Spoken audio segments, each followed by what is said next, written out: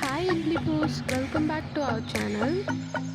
என்னடா ஆரம்பத்திலே வெங்காயத்தை உரிக்கிறான்னு பார்க்குறீங்களா? நம்ம சேனலை ரெகுலராக பார்க்குறவங்களுக்கு தெரியும், நம்மகிட்ட ஒரு கார்டன் இருக்குது. அந்த கார்டனில் எப்படி உரம் சேர்க்குறேன்றதுக்கு சாம்பிள் காட்டுறதுக்கு தான் நான் எப்படி இந்த உரம் கலெக்ட் பண்ணுறேன்றதை காட்டுறேன்.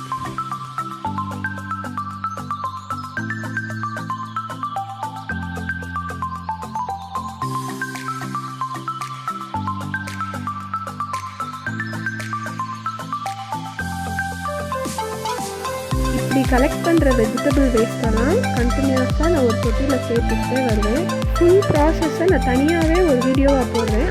சமையலுக்கு தேவையான கேஷ்யூ நட்ஸை ஒரு 1/2 ஹவர்லேருந்து 1 ஹவருக்கு முன்னாடியே தண்ணியில் சோக் பண்ணி வச்சுருங்க.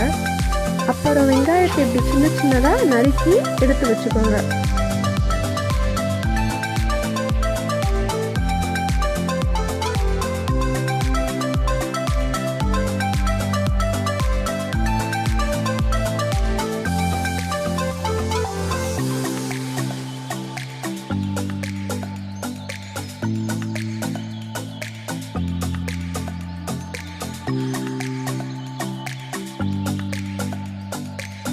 ஆமாம், நான் எதுக்கு இவ்வளோ சின்னதாக நறுக்கணும்?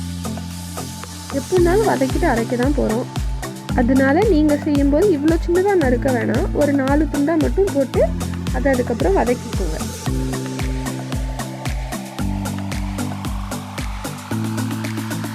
அடுத்து 2 தக்காளி எடுத்து அதையும் சின்ன சின்ன பீஸாக கட் பண்ணிக்கோங்க.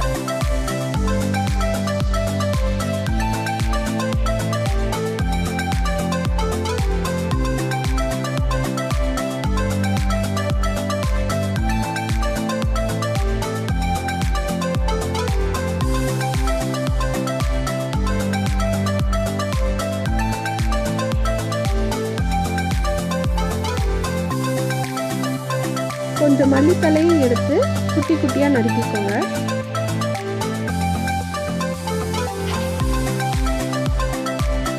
கடைசியாக பன்னீர் எடுத்துக்கோங்க. அதை நேர்வாட்டிலையும் குறுக்கு வாட்டிலையும் வெட்டிக்கோங்க.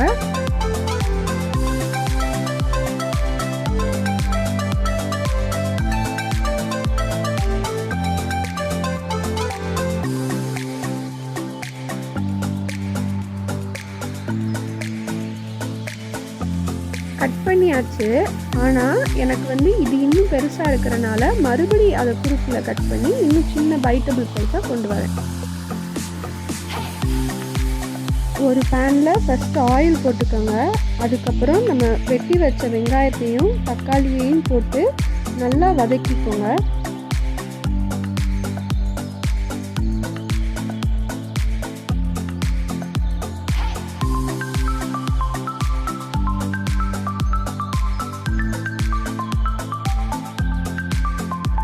கொஞ்சோண்டு தண்ணி ஆட் பண்ணிக்கோங்க. நான் அந்த கேஷ்யூ ஊற வச்ச தண்ணியிலேயே கொஞ்சோண்டு தண்ணியை இதில் ஊற்றிக்கிட்டேன். அடுத்து ஜிஞ்சர் கார்லிக் பேஸ்ட் போட்டு நல்லா பச்சை வாடை போகிற வரை வதக்கிக்கோங்க. இது கம்ப்ளீட்டாக ஆறின உடனே அந்த மிக்சியில் ட்ரான்ஸ்ஃபர் பண்ணிவிட்டு நம்ம ஊற வச்ச கேஷ்யூவையும் அதில் போட்டு நல்லா நைஸாக அரைச்சிக்கோங்க. மறுபடியும் அதே பேனில் கொஞ்சம் ஆயில் விட்டுட்டு அதில் பட்டை, கிராம்பு, ஏலக்காய் அதெல்லாம் போட்டுக்கோங்க. அதுக்கப்புறம் நம்ம அரைச்சி வச்ச அந்த பேஸ்ட்டை உள்ளே ஊற்றிட்டு அந்த மிக்சியிலே கொஞ்சம் தண்ணியை ஊற்றி அந்த தண்ணியையும் மறுபடியும் உள்ளே ஊற்றிடுங்க.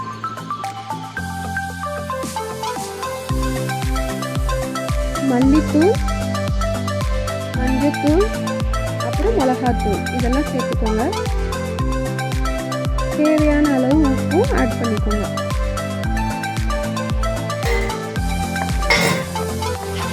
பன்னீர் பட்டர் மசாலாவில் லைட்டான இனிப்பு இருக்கும், அதனால நான் கொஞ்சோண்டு சீனி ஆட் பண்ணியிருக்கேன். அதுக்கப்புறம் பட்டர் மசாலாவோட பட்டரும் ஆட் பண்ணுவேன். கொஞ்சோண்டு கரம் மசாலாவும் ஆட் பண்ணிக்கோங்க. நல்லா கொதிச்சு வந்தோடனே நம்ம வெட்டி வச்சுருந்த கொத்தமல்லியையும் பன்னீரையும் உள்ளே போட்டுட்டோன்னா அதோட பன்னீர் பட்டர் மசாலா ரெடி.